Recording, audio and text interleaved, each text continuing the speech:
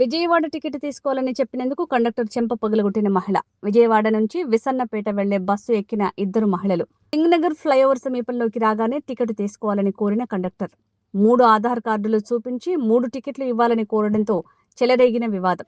ఇద్దరి మధ్య మాటామాట పెరగడంతో కండక్టర్ చెంప పగలగొట్టిన మహిళ. బస్సుతో సహా పోలీస్ స్టేషన్ కు చేరిన పంచాయతీ. తనను అసభ్యకరంగా దూషించారని, అందుకే కొట్టానని చెప్తున్న మహిళ. టికెట్ తీసుకోవాలని మాత్రమే తాను చెప్పానని, దూషించలేదని అంటున్న కండక్టర్. ఏంటంటే అన్నారేంటండి, పాప స్కూల్లో ఉంది, మా 2 సార్లు అంటే ఏంటి నువ్వు 3 ఇచ్చావన్నా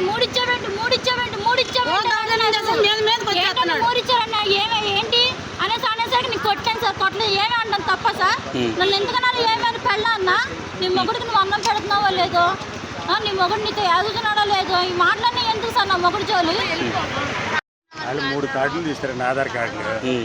ఎవరైతే ముగ్గురు ఎవరంటే ఇద్దరు అన్న 3 ఎందుకు ఇచ్చామంటే అట్లా